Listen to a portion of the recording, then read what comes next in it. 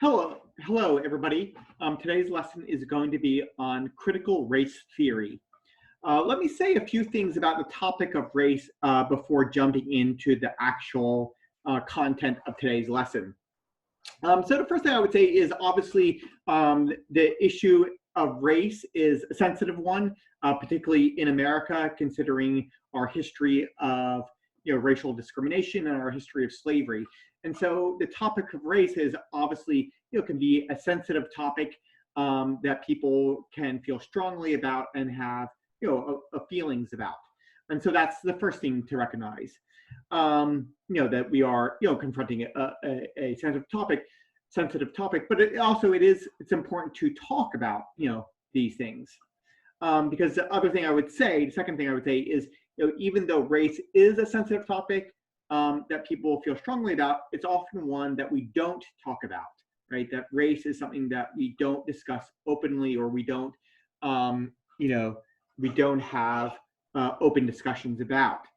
And so, social science, sociology allows us a way to talk about, the important but sensitive topic of race.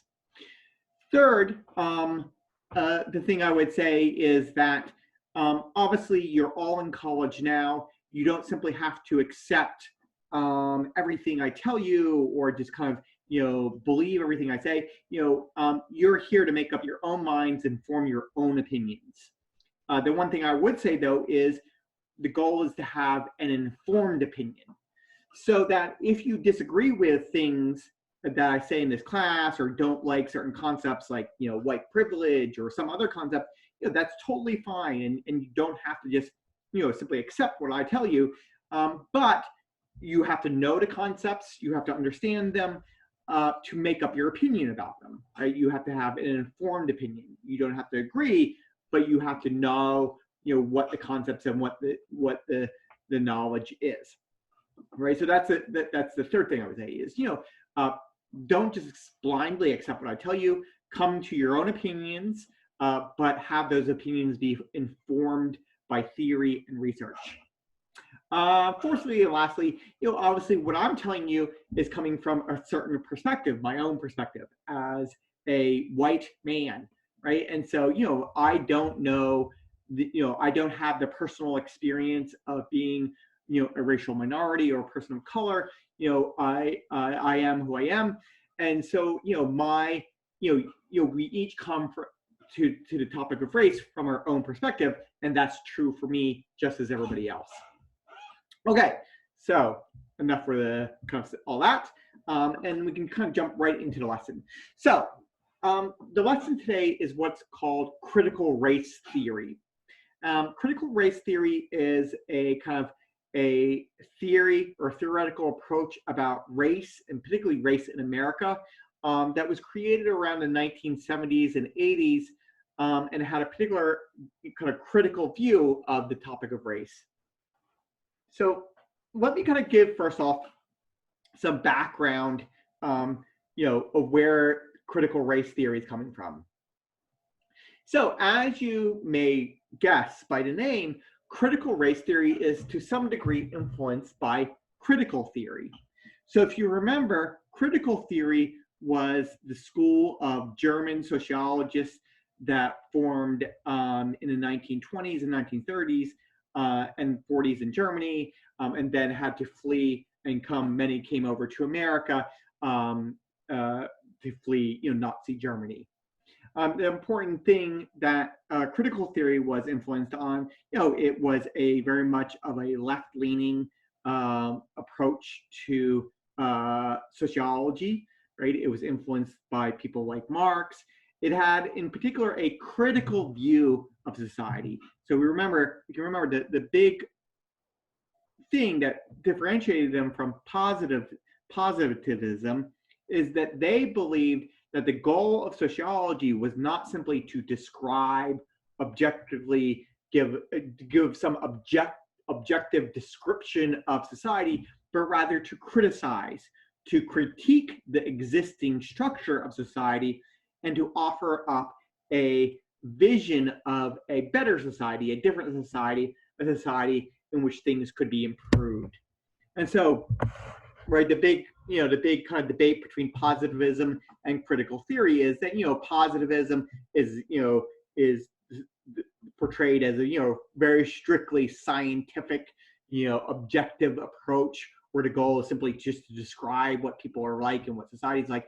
Whereas critical theory says, hey, that shouldn't be the goal of sociology, should not be what we're aiming for. Rather, should be trying to, have a better society.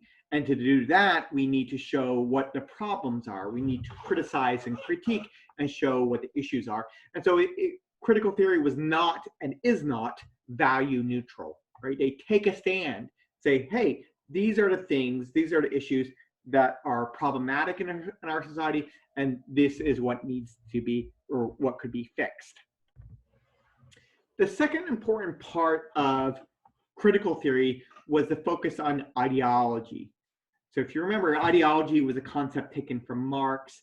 It is an idea of how the ruling class perpetuate a certain worldview that furthers their interests and maintains the status quo. Do this through, influence on the media and general the cultural structure of society.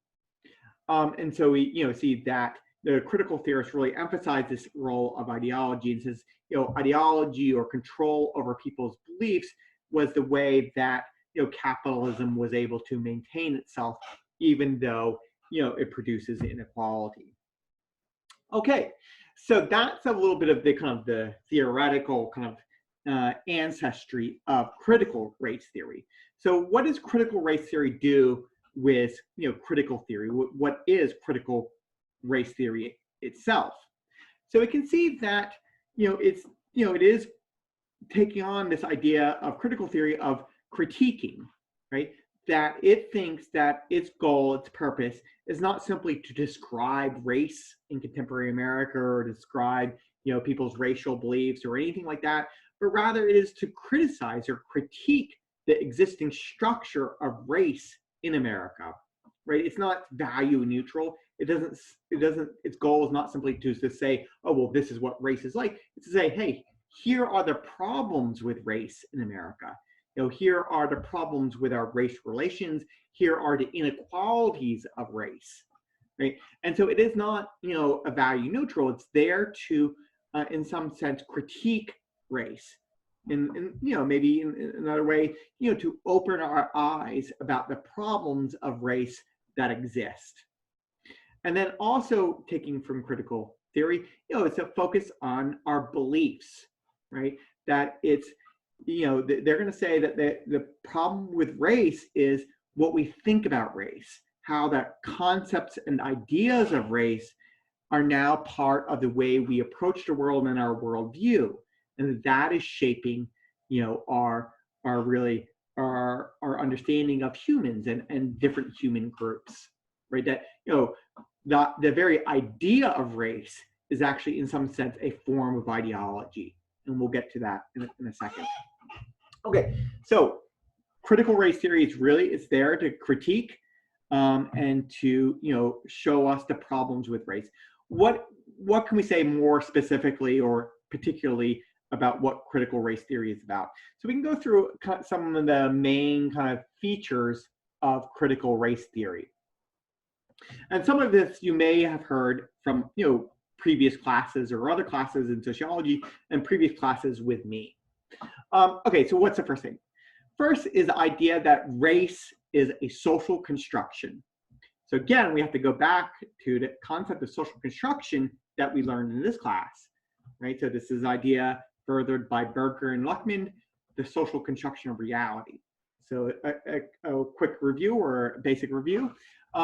Social construction is the idea that we perceive reality, the world out there, as simply just existing. We take it for granted, right? We divide people up into different groups, children, teenagers, adults, men, women. We categorize the world, or we perceive the world in a certain way, and we think to ourselves, okay, that's just the way the world is. That's natural. That is reality. The argument of social construction is we have to remember that we created that reality. Reality, the world we perceive out there, is something that humans have constructed for themselves. But we have forgotten that, or we don't realize it. So the concept of race as a social construction is very much along with that idea. It says the way that normal people perceive or think about race is they think about it as a natural way to divide up people. Right? So let's see a picture here. I'm going to share a screen.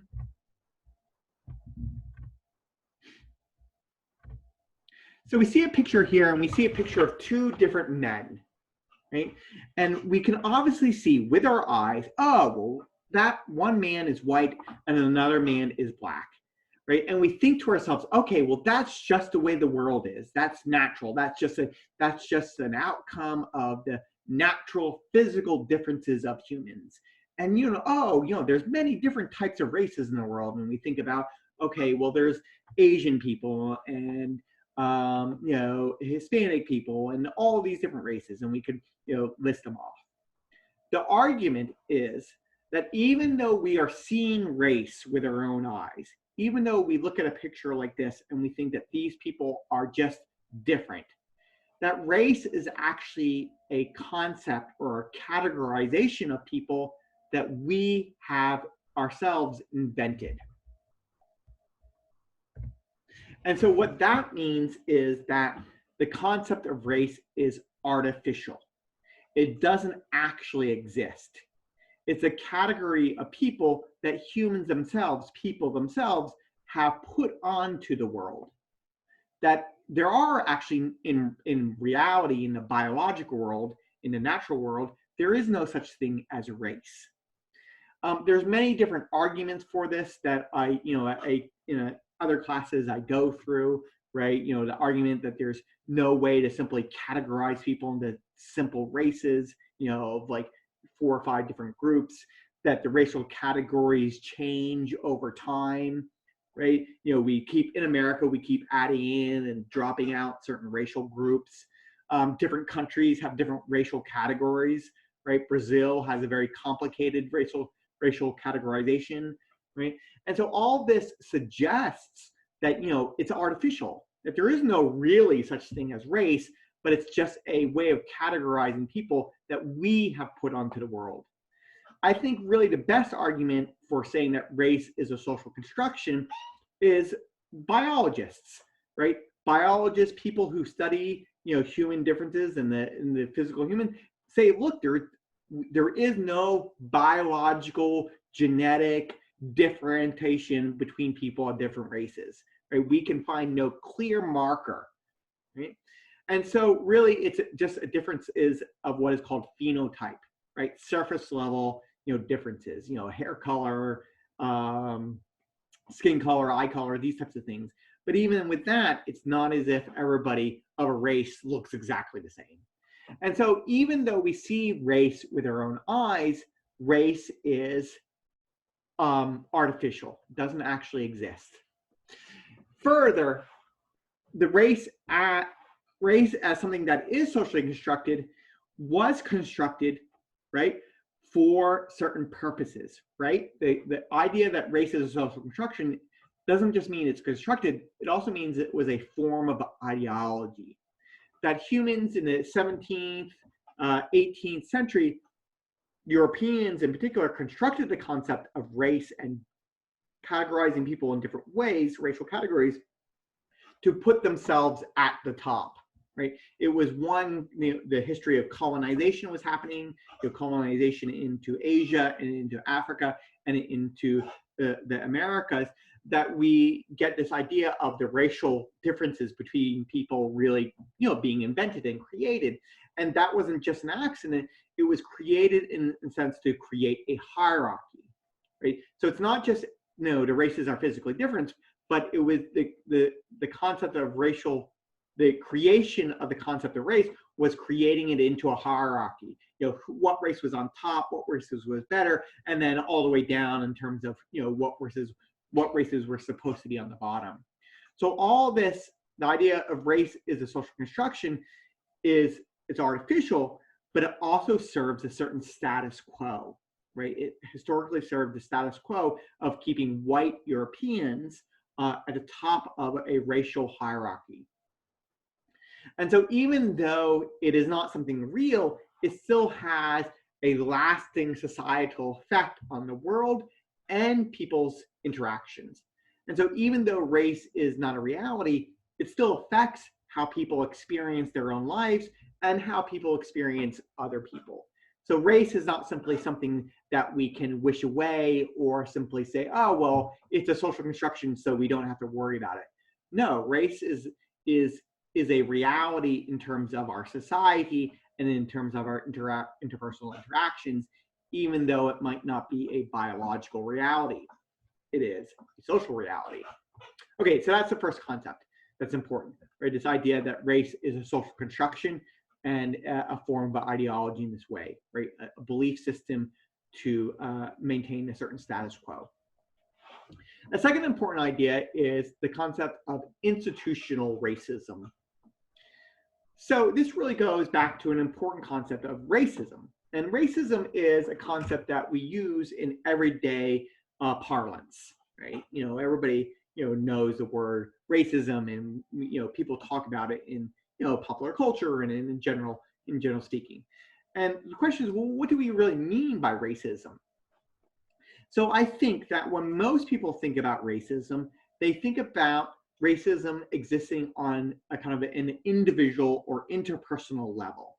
So when we think about racism, we typically think of a person, doing something racist, right? That, say a person tells a racist joke, a person uses a racist word, a person doesn't hire somebody for a job because of their race. Somebody assaults somebody, or physically or violently hurts somebody because of their race. The concept of a hate crime, right? And so normally when we think of racism, we think of it as, oh, well, that person over there, they're being racist. We think of it as happening or operating at an individual level. And certainly there is that type of racism, right? There are racist people who do racist things, right? However, the idea of institutional racism is to say there's another form of racism that's just as important and possibly even more powerful than this interpersonal or individual level racism. So what is institutional racism? Institutional racism is basically the idea that the very structure or organization of our society produces unequal outcomes for people of a certain race. So now it's not racism operating at the individual level, but racism operating at the level of the structure of society. That the way we have arranged or organized our society produces discrimination or produces inequality, right? Some people get advantages, other people get disadvantages because of how society is arranged or organized. Okay, so again, let me show a couple of examples.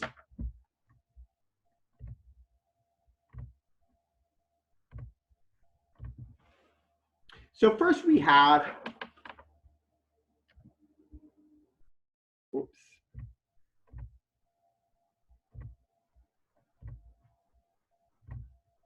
First we have a historical example. And so the clearest example of institutional racism in America is slavery, right? Here we have a society that is clearly racist, right? A society in which, our society, a society in which some people, white persons, owned other people, Black Americans, as property, right? That is clearly a society that is racist. And so the important thing to realize or understand about slavery is it's not that individual people in that society were simply being racist. Yes, they were obviously being racist, right? Owning a person, the way that the people, slave owners treated other humans, clearly racist. But it's not just that they were racist at an individual level. The structure of society of America at that time was racist, right? The whole way that the economic system was organized, the whole way that the political system was organized, right? That the laws, allowed slavery to exist, what didn't allow people to vote. That's not at an individual level. That's about how society is organized and structured. And so to say, look, when we're talking about slavery as an example of racism, we're not saying that some people at that time were racist. No, much more deeply, we're saying that the structure of society was racist. It produced vastly unequal outcomes for certain groups of people based on what race they were categorized as. But it's important to understand that racism, institutional racism, is not simply something of the past. We're not just simply talking about slavery, something in the past that we have, gotten over. Institutional racism exists in the present. So what's a current example of institutional racism? So here's a current example. In America today, the average Black American student goes to a high school that is worse, much worse than the average white American high school student. And this is true for Hispanic students as well, right? That they go to high schools that are worse than the average Asian American and white American student. Okay? And so this is an example of institutional racism. Right? It's not simply that, there's not some person out there, some individual who is making or forcing Black and Hispanic students to go to bad schools. No, what is happening is that the structure and the way that our society is organized is producing that outcome.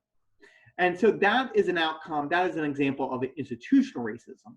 It has its basis in terms of residential segregation, right? That people of different races tend to a certain degree to live in different neighborhoods, and that Hispanic persons and Black Americans tend to live in worser neighborhoods, right? Tend to live in neighborhoods that have lower property values, tend to live in worse neighborhoods, and then therefore go to schools that are not as good, right? And so that is not a part of individual choice or some person being racist, but it's rather an outcome of how society is organized. And there are many different examples of institutional racism that we could talk about. Everything from the criminal justice code, how crack cocaine is handled different than powder cocaine, to many other different examples. But the thing to understand is, when people talk about racism, they typically think about racism at the individual level. But what is more, in some sense, problematic is the discrimination and racism that exists at the level of the structure of our society. There are a couple of things to say about this before moving on. The first thing to say is that in contemporary America, what can happen then is you can actually have racism without racists. Right? This is actually the title of a book. And so what that means is you can have a society that produces unequal outcomes for people of color without some individuals, some other individuals, a white person, trying to achieve that outcome, right? It's not something that people are purposely doing, but it is a product of how our society is structured. And so in some ways we can say, oh, well, maybe that's a good thing because we're not trying to make it happen. Like there's not some group of people who are trying to produce that outcome, but it's just happening because of the how our society is arranged and structured. Yes, but however, the other problem is because it exists at the structure of society, then it's much harder to deal with, right? If somebody is say making a racist joke or saying terrible words, you can tell that person, hey, you're being racist, stop doing that. But if it's at the structure of society, then it becomes a much harder problem to deal with. It's not simply something you can make go away, because rather what it means you have to change the structure of society. You have to reorganize what our society looks like in order to solve that problem. And again, lastly, this is really an example of critical theory, right? That is saying to us, we're not simply going to describe what the structure of society looks like. We're going to point out the problems with it. We're going to show you how the way society is organized is producing inequality. Okay, so that's institutional racism. Two more concepts then with critical race theory. The next is what's called colorblind racism, which is an interesting concept, but sometimes hard to get a grasp of, what does it mean and what's the problem with it. So your reading actually talks about this. Omi and Winant kind of talk about this in their book and talk about this a little bit in their reading. They sometimes call it colorblind ideology. So what is this? It's basically this idea that people should be treated equally, right? That race should no longer matter, right? That, racism is a thing of the past and that we should now just ignore race, right? We should be blind to race and we should just treat each person as an individual and ignore, what racial category they belong to, right? It's the idea of like, I don't even see race. I'm just going to treat you as a person, and it's not going to matter to me whether you're Hispanic, white, Asian, black. I'm going to just treat you, as an individual, and not think about your race at all. Okay, so that's colorblind race, colorblind racism or colorblind ideology.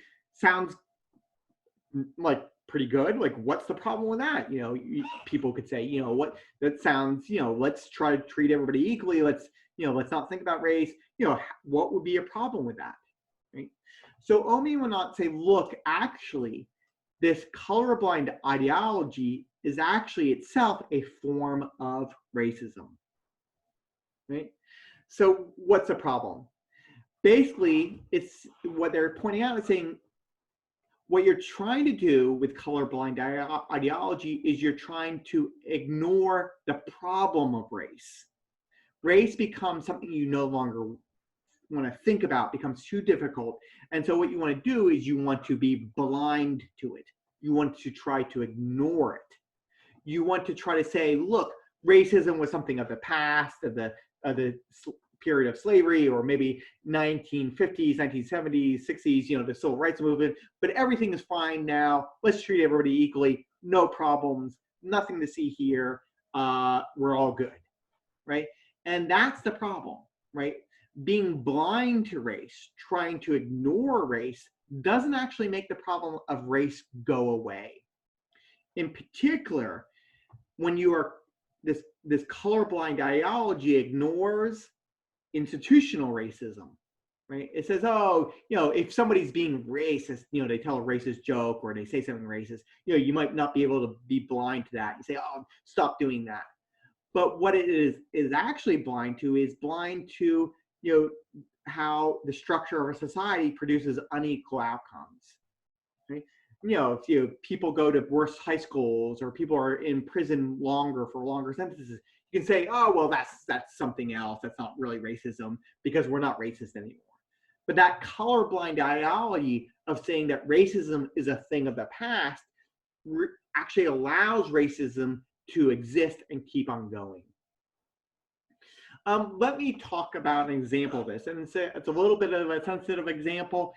So again, if you don't want to, you don't have to accept what I'm, telling you. You can think about it, but you don't have to ultimately accept. One example of how colorblind racism has occurred in the recent years, last 5 or 6 years, I would say, is the debate between Black Lives Matter and All Lives Matter. So as a brief history, we can remember that Black Lives Matter was a kind of a slogan and a movement that occurred after Black Americans, where there was a number of instances of Black Americans being shot by police and killed by police in certain circumstances. And the idea here was to emphasize the idea that Black American lives matter, right? That we should care about when Black Americans get killed by police.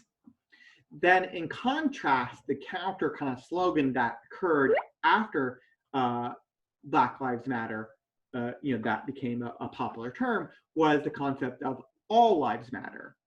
And so we can see this concept of colorblind ideology in this slogan of all lives matter, right? It's saying, oh, look, we shouldn't just care about the lives of Black Americans, we should care about the lives of all people, regardless of their race, right? So it's really kind of backs up this idea of colorblind ideology. It says, look, everybody's lives matter and we should treat all lives equally. And those people over there who are talking about Black Lives Matter only, well, that's really, that's actually them being, biased or discriminatory. So what's the problem with all lives matter?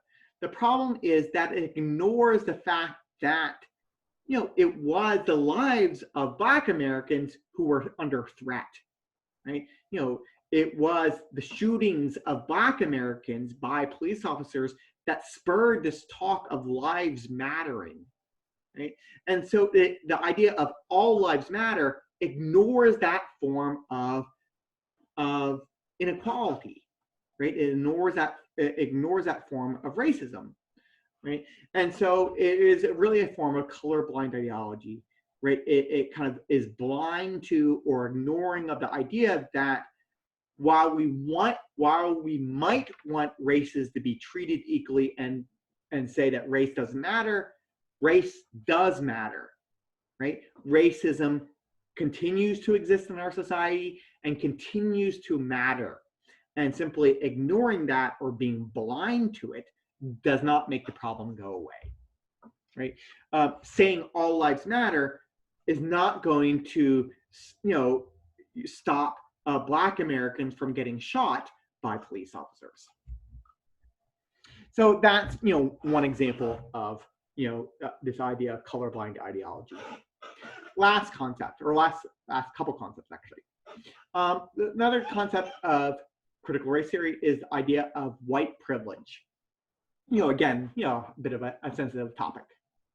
So what is this idea? So going back to the concept of institutional racism, if institutional racism says that the structure of society produces unequal outcomes, that means that some groups of people are being disadvantaged, right? So that people of color typically are experiencing disadvantages, right? For example, less income, less wealth, problems on the job market, for example. But if that's true, what's also true is that other groups of people then are experiencing an advantage, right? If one group is experiencing a disadvantage, then that means another group is experiencing an advantage, right? And so the idea of white privilege is to say that being white in America gives you an advantage, right? Institutional racism produces a disadvantages for people of color, but then produces an advantage for other people. So let's go back to the slide to see an example of this. So here's again example of this, right? It's not just true that Black and Hispanic students are going to worse schools. What's also true is that white Americans and also Asian Americans are getting an advantage by going to better schools, right? So, depending on your depending on your race, you're either getting a disadvantage or an advantage. I think that the purpose or the way to see the usefulness of this idea is to say, or to think about that, it's easy to feel pity for another group, right? Pity, or feeling like some other group is being disadvantaged or being discriminated against. We are able to feel that and be like, oh, that's a shame. That's not good. I wish it was not that way, right? That's something that humans are able to feel. I think something that's a little bit harder to grasp or to experience is to say, you're getting an advantage, right? But the way that society is structured is advantaging you, right? It's not just unfair in the sense that other people are being disadvantaged, but you're getting an advantage or a privilege that other people don't get. What that does is force you to look at your own life, right? It forces you to look at your own experiences. I think one question that people have about this concept of white privilege, and it's kind of an open question, is that many white Americans who are economically disadvantaged, so white Americans who experience poverty or low income or something like that, may look at their own lives and look at their own experiences and say, hey, I don't really feel like I'm getting a privilege. I don't feel privileged, right? And so the idea is that people can, white Americans of a lower socioeconomic status can look at their own lives and their own experiences and not really feel that sense of privilege, right? And then the argument would be back and forth, well, do people get certain privileges, that they may not even be realizing?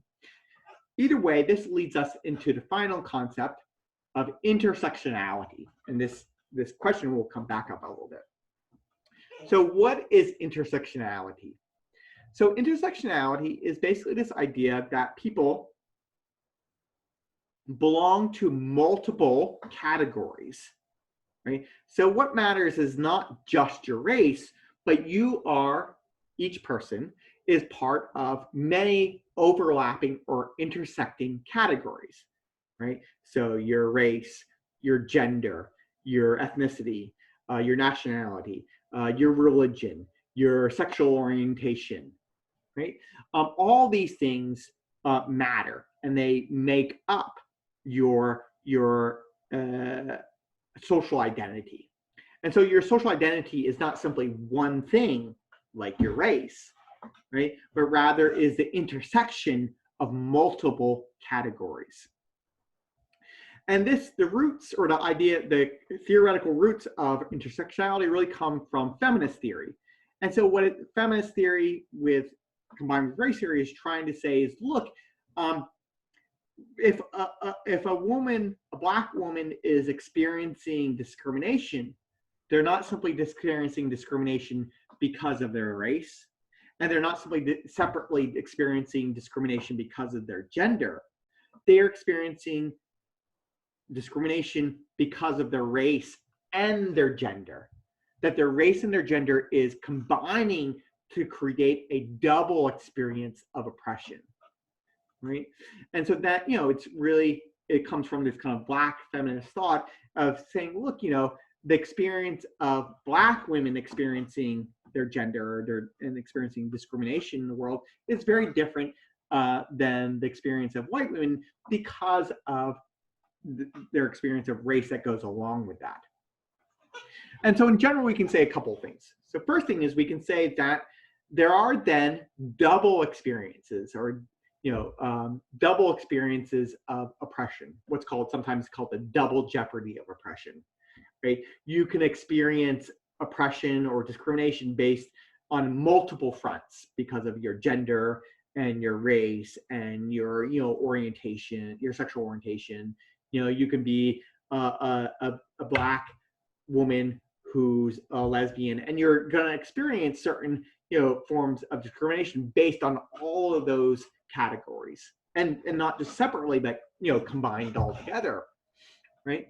And so it's people are experiencing, one single person can experience not one form of oppression, but they can experience multiple or double forms of oppression all at once. So if you want to see what somebody is experiencing, don't just look at their race or just don't look at their gender. See how it combines together to experience an oppression. Then the reverse is also true. What's interesting about this concept of intersectionality is that a person can experience oppression in one part of their identity, but then experience power or be the oppressor in another form of their categories, right? You can be, experience an advantage because of your gender, but then experience a disadvantage because of your race. And, there's multiple forms of this. And so one person can then contain somebody who has advantages and disadvantages all at once. Right? And so, some white Americans could experience advantages because of their race. Advantages because of their race, but then experience disadvantages because of their economic class. Right? And so one person can both experience oppression and power, at the same time. Experience oppression and advantage in one person. And so this idea of intersectionality is to say, the world is very complex. It's not simply, one thing that's happening to you, one category like race, but it's a combination and mixing of different social categories that are occurring within any single person. Okay, let me end off this lesson for today and just talk about your reading a little bit. I think this reading is pretty clear. They write in a very clear way, and so I don't think I need to kind of explain it too much. And I think it already connects a lot with some of the concepts I've already talked about. But the title of the reading and the title of the book that it comes from is Racial Formation in the U.S. And it's really this idea of racial formation theory. And so basically, this really goes along with the idea of race as a social construction, right? And so the idea of racial formation theory is, how did the concept and how did the experience of race get formed in America, right? If race is social construction, how is it constructed? And so a lot about this book is about how the concept or idea of race gets constructed. They talk about the history, they show some examples of the legal cases. And so, it's a really kind of idea about, how race is formed, right? And the important point they make is that race is formed, it's not just kind of formed in, some theoretical sense. Race is constructed in a specific way to benefit certain groups. Right? That historically white Europeans and white Americans experienced a benefit from how race was constructed, how the concept and ideology of race was constructed. Why did they experience a benefit? Because they were the ones constructing it, right? That white Europeans and white Americans, they helped create the concept of race and thus created it in a specific way to give themselves the advantage. And so they really talk a lot about, racial formation. They go through this idea, and then racial formation projects. And so, they talk about how, these racial formation projects, they happen at the macro level, for experiences of, what high school you go to, what your wealth level, things like that, but also on the level of everyday life, things like, what do you experience when you're walking down the street? What do you experience when you're driving your car? Or do you get followed around in a store? These types of everyday experiences also matter. And so the idea of racial formation and the way race is constructed shapes people's lives all the way from the kind of a very general macro level, their economic experience, to their everyday interpersonal interactions with other humans. So that's it for the concept for today, the class today on critical race theory.